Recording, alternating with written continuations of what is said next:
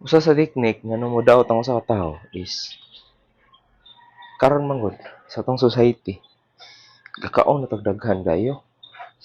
As in daghan jud kay atong gikaon ba. Like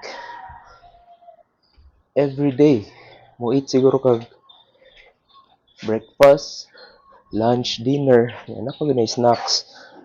So kana mo na dapat tong likayan. Kani 20 kilos na kettlebell tong gamit. Unya twist. Twist. Wa ko mo recommend ani sa uban pero sa akong lawas mo sa akong capability kaya rin akong mag-twist.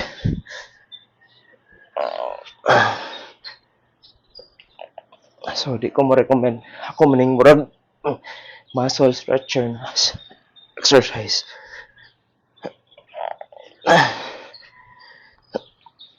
So di ko mo recommend 20 kilos diretso. Bugad yung kito daw.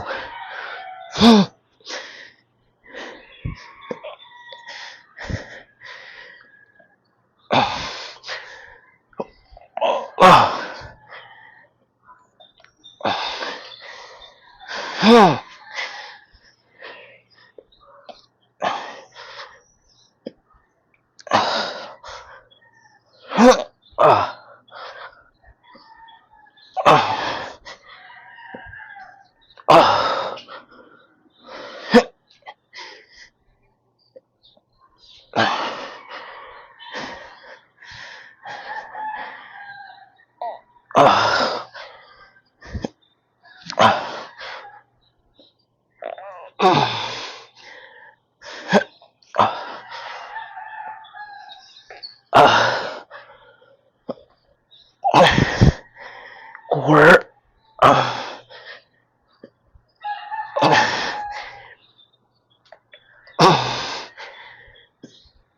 Building kag core. Kettlebell movement.